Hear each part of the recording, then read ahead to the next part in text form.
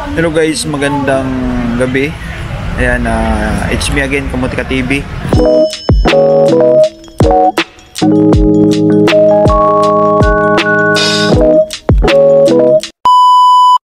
Sa mga hindi pa nakapag-subscribe dyan, subscribe na sa YouTube channel ko. Ito mismo. Makasa iba pa kayo mag-subscribe. And thank you so much guys sa support. And then shoutout sa mga bago lang dyan sa channel na to. Sa mga maghanap ng trabaho dito sa Macau, is this channel is for you. Sa mga magtutur lang, tour lang is this channel is not for you guys. Hanap kayo ng ibang channel na yung binablog niya is mga tourist spot dito sa Macau. Pero kung magtuturo ka tapos sabay apply, ito yung maganda para sa iyo. Itong YouTube channel na to guys, para sa iyo.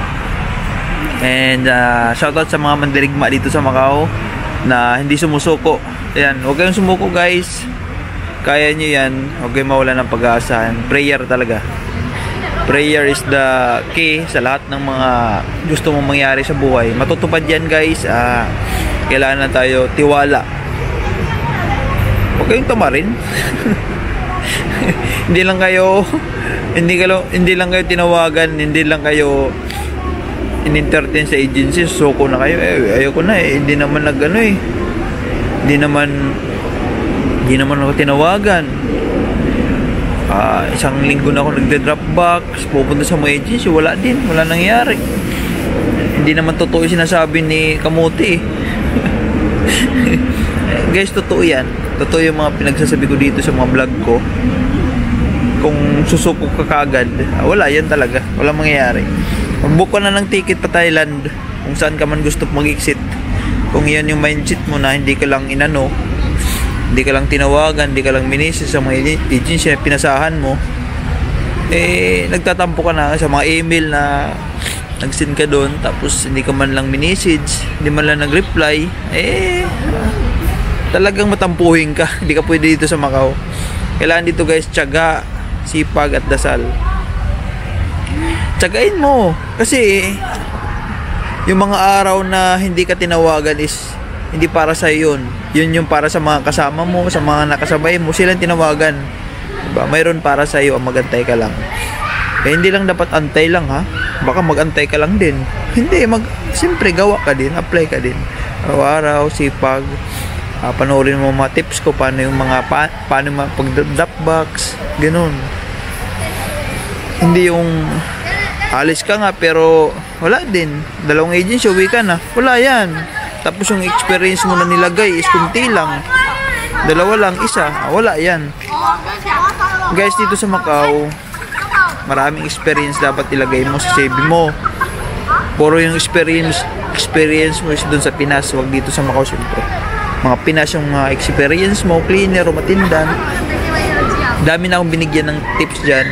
Panoorin nyo guys paano gumawa ng CV sa mga vlog ko. May mga upload ako dyan. Paano ba gumawa ng CV? Search mo sa YouTube. Paano gumawa ng CV sa Macau. Yan, lalabas yan. Lalabas yung vlog ko. Yan. Sundin nyo paano yung diskarte pag walang experience. Ganon. Magagawan pa ng paraan pag walang experience ito sa Macau. Magagawan nyo. Ako bahala sa inyo. Huwag kayo mawala ng pag-asa yung mga walang experience pumunta ng Macau. Dahil may paraan para dyan. And guys, this vlog is para sa mga pupunta ng Macau na nagtatanong ano bang requirements, ano bang dapat dalhin pag punta ng Macau, ano ba dapat. Ayan guys, itong vlog na to is para sa mga pupunta ng Macau galing sa Pilipinas, cross country. Ayan guys, yung visa experience ko sa dami ng in-applyan ko dito sa Macau, hiningi lang naman na requirements is passport lang passport lang. Yan yung pinaka-importante, yung passport dapat dala mo. Siyempre paano ka makapunta dito kung walang passport?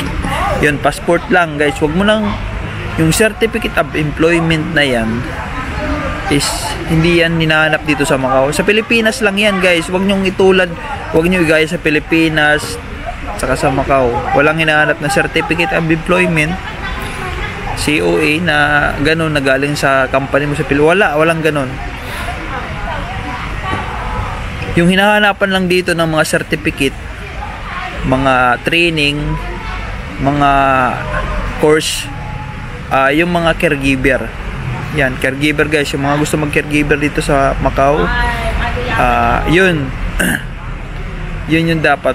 Yung massage, yan, massage. Hindi mo pwede gawan niya ng gawa-gawa ka lang ng ano, ha? Yung massage, yung caregiver. Kasi yung massage, hindi pwede na nagdinoktor mo yung experience mo sa massage therapist. Hindi pwede yun. Mamaya mapilayan yung minamassage mo. Hindi pwede guys. Hindi lahat ng ano dito nagagawa ng paraan yung experience. Hindi mo pwede doktorin yung experience mo sa massage therapist, ha? Wag na wag nyo gagawin guys. Kasi mamaya mapilayan yung customer. Yung alam nyo pala basic lang. Ay nako, hindi pwede yan. Tapos yung caregiver, hindi pwede din yan. Kasi mamaya yung matatanda, painumin mo yan ng gamot, alagaan mo yan. Tapos kung ano papagawa sa'yo, dapat nursing course yan. Yung mga caregiver dito sa mga malalaki sahod yan. Nursing course, tapos may certificate ng caregiver. So experience, yung experience caregiver guys, hindi pwede dayain yan, ha? Kung mandadaya, kasi pag nahuli kayo ay kawawa. Kawawa.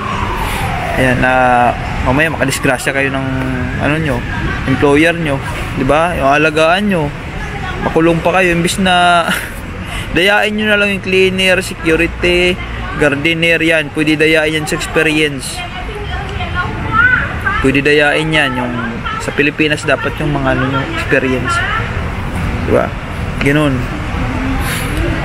Yung requirements lang dito sa Macau is passport lang. Kung mayroon man sa inyo example, dito na kayo sa Macau, dumating na kayo dito, and then mag-apply na kayo. Yan, dyan lang kasi may naghanap ng certificate of employment. Dyan sa ano, mga post dyan sa Facebook, sa Bahay Kubo Macau page. Dyan, nagpo-post yan sila ng mga trabaho, cleaner.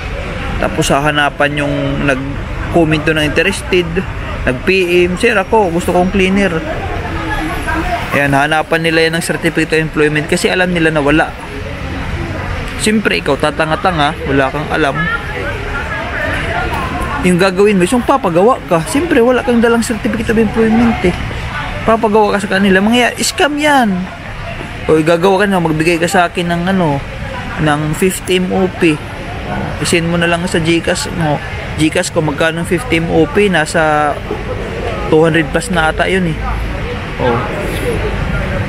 Isin mo sa akin yung sa ano, sa GCash ko. Pagkasin mo, wala na. Di mo na maghilap yun. Tapos yung account niya, dami pa. Sinasabi ko sa inyo, pag may maghanap sa inyong certificate employment, pag cleaner, gardener, ano ba yung room attendant dito sa Macau, Pilipino yan naghahanap pa, hindi in-check. Pag Pilipino, hindi legit yan. Yung maghahanap sa'yo is in-check, legit yan. Pero pag Pilipino, huwag kang mag-ano dyan, scam yan. Naano ko dyan sa mga ano dito, mga mandirigma sa Macau na nag-ano dyan sa mga post dyan sa Bahay Kubo, pumapatol. Walang ba't pinapatulan nyo pa yan mga post na yan dyan sa Bahay Kubo na yan? Wala namang kakwinta-kwinta yan eh. Iskamin lang kayo nyan, pipirahan kayo. Wala pa ang interview sa employer, ano na kayo ng ano, ganyan na kayo ng magkano, 20,000, o diyan, laki. Huwag kayong magpapatol dyan sa Bahay Kubo. Hindi legit yan, scam yan. Hingan ka ng ano, o para sa reservation 3,000 MOP, tapos dami account pa yung gamit, wala na, goodbye na yan. Huwag mo nang ano, huwag ka nang umiyak kasi kasalanan mo rin eh. Diba? Kayong mga patol dyan sa Bahay Kubo, mga nagpo-post na yan is mga scam yan. Kung totoo yan, hindi pinupost yan, tatawag lang sa Pilipinas, pupunta niyo mga kamag-anak para, alam na, may ibigay pa nila sa iba yun. Diba? Ano sila tanga? Siyempre, kamag-anak na, unahin pa ba kayo? Di naman nila kayo kaano-ano. Ganon mangyari. Huwag kayong magpapatol dyan. Yung mga pumapatol lang dyan sa Bahay Kubo na yan is mga tamad mag-apply. Gusto agad instant trabaho. Instant scam, ganun, sabihin nyo instant, tapos iyak-iyak ka kasi na-scam ka. kasalanan mo yun. Hindi ka dumaan sa proseso. Gusto mo na madalian. Diba? Managanong agent na yan. Ako, bisa experience ko guys, ba't kailangan mo pa mag-agent? Ang laki ng placement mo tuloy. Scam ka pa. Ay nako, iwan ko sa inyo guys, basta yung mga pinagsasabi ko is totoo yun. Maniwala kayo sa hindi, wala na, labas na ako sa inyo ha. Basta sinare ko lang yung alam ko. And nasa inyo na yun kung paniniwalaan nyo ako. At least binigyan ko kayo ng idea. In case na magkaroon man ng problema, is labas na ako dyan. At least sinabi ko sa inyo. Huwag nyo na akong sisihin kasi ako nagbibigay lang ako ng tips. Nagbibigay lang ako ng advice yung mga paano nyo gawin. Kasi ako yun yung experience ko, sinishare ko sa inyo. And effective yun guys. Yun sinasabi ko. Yung requirements is passport lang. Pumunta ka ng Macau, cross country ka, okay na yung passport. Huwag ka nang mag-ano lang kung ano-ano dyan, dala-dala. Passport lang, sapat na yun. Makakahanap ka na dito ng trabaho, passport lang yung dala mo. Huwag mo nang isipin mga requirements mo na iba. Kung makakabala lang sa'yo, iwan basta yung passport, huwag mong kalimutan kasi di ka rin makapunta dito pag walang passport. Yun lang guys, yun lang.